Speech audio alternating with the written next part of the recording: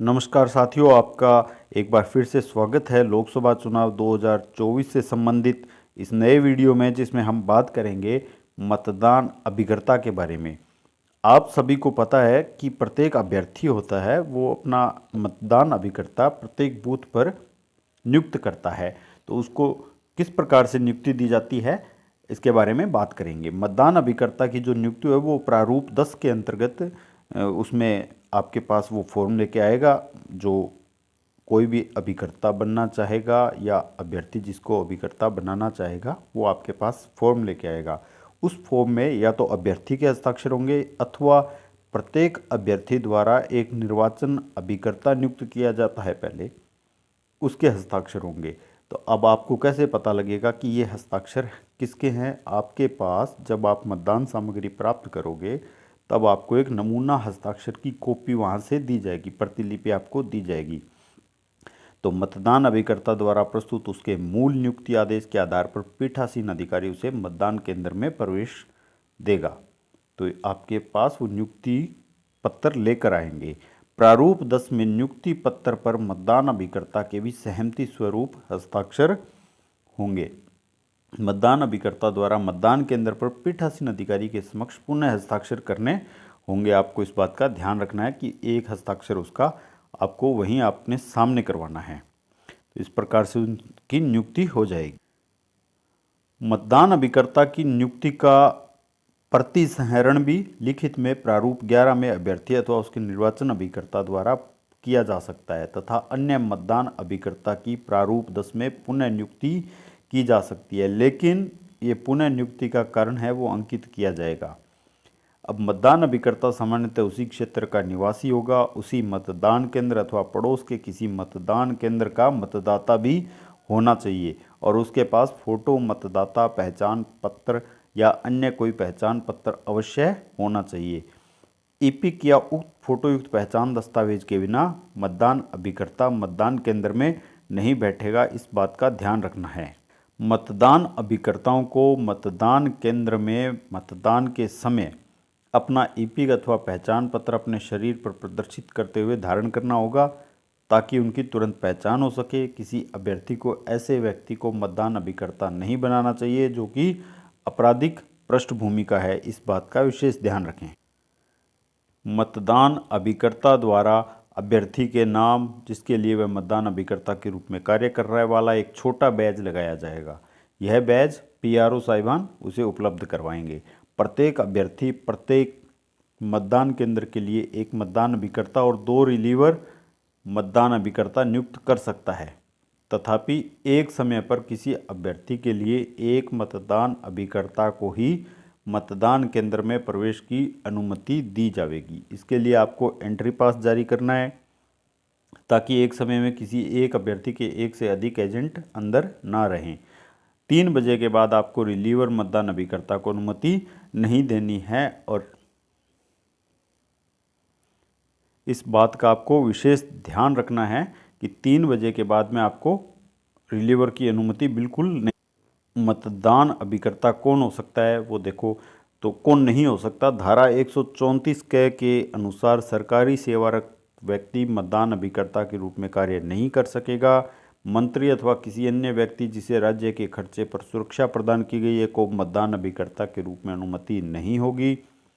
मतदान अभिकर्ता मतदान प्रारंभ होने से कम 90 मिनट पूर्व मतदान केंद्र में प्रवेश कर सकेंगे। यदि मतदान अभिकर्ता विलंब से आता है तो वह मतदान केंद्र पर आगे की कार्रवाइयों में भाग ले सकेगा। और मतदान अभिकर्ता को किसी भी सूरत में मोबाइल कॉर्डलेस या वायरलेस सेट रखने की अनुमति नहीं देनी है। मतदान अभिकर्ताओं को मतदान के दौरान निर्वाचक नामावली की प्रति मतदान केंद्र के बाहर ले जाने की अनुमति नहीं देनी। यदि किसी कारणवश मतदान अभिकर्ता मतदान केंद्र के बाहर जाता है तो उसे निर्वाचक नामावली की अपनी प्रति पीठासीन अधिकारी के सुपुर्द करनी होगी। मतदान के दौरान कोई मतदान अभिकर्ता किसी पर्ची के माध्यम से मतदान केंद्र के बाहर क्रमांक इत्यादि अंकित कर ऐसी कोई सूचना नहीं भेज सकता कि किस मतदाता ने मतदान कर लिया या किसने मतदान नहीं किया है। ये ध्यान रखने योग्य बात है। अब हम बात करते हैं मतदान अभिकर्ता के कर्तव्यों की।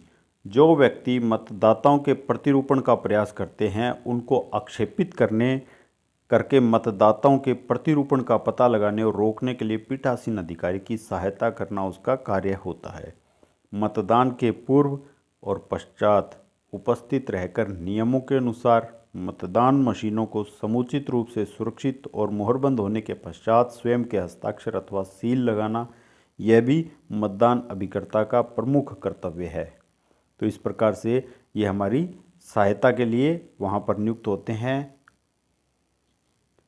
मतदान समाप्त होने के बाद पीठासीन अधिकारी से प्रारूप 17 ग जो कि अभिलिखित मतों का लेखा होता है में रिकॉर्ड किए गए मतों के लेखे और पेपर सील के लेखे की प्रति ले सकते हैं। इस बात का ध्यान रखना कि मतदान से संबंधित सभी दस्तावेज विधि की अपेक्षा अनुसार समुचित रूप से सुरक्षित और मुहरबंद किए गए हैं। इस बात का मतदान अभिकर्ता ध्यान रखेंगे।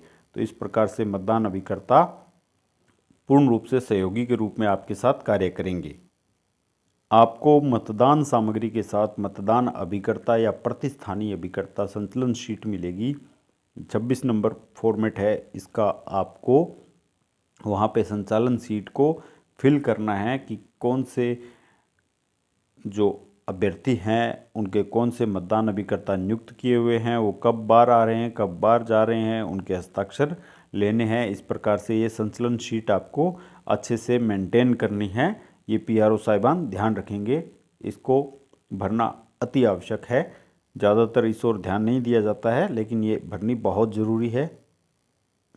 मतदान अभिकर्ता अपने साथ क्या वस्तुएं लेके आ सकता है, तो वह अपना नियुक्ति पत्र, ईपिक अथवा अन्य पहचान पत्र, मतदान केंद्र के लिए निर्वाचक नामावली की एक प्रति, अनुपस्थित, स्थानांतरित व मृत वोटर यानी एएसडी लिस्ट यदि हो के नामों की एक सूची, पीतल की एक छोटी मोहर वो अपने उस पे सील पे लगाने के लिए ला सकते हैं, पेन, कागज़ और पेंसिल ये लाने की इनको अनुमति है। इसके अलावा अन्य सामग्री किसी भी प्रकार की मोबाइल फ़ोन या स्मार्ट वॉच वगैरह जो भी इलेक्ट्रॉनिक जिससे संदेश भेजा जा सकता है नहीं ला सकते अंदर।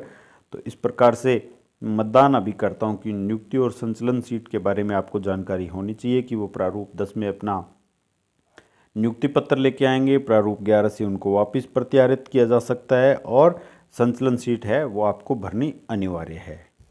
तो मतदान अभिकर्ता से संबंधित ये जानकारी आपको समझ भी आई होगी और आप इसे अच्छे से वहाँ पे अपने कार्य में इसको उपयोगी बना सकते हैं। तो वीडियो पूरा देखने के लिए बहुत बहुत धन्यवाद।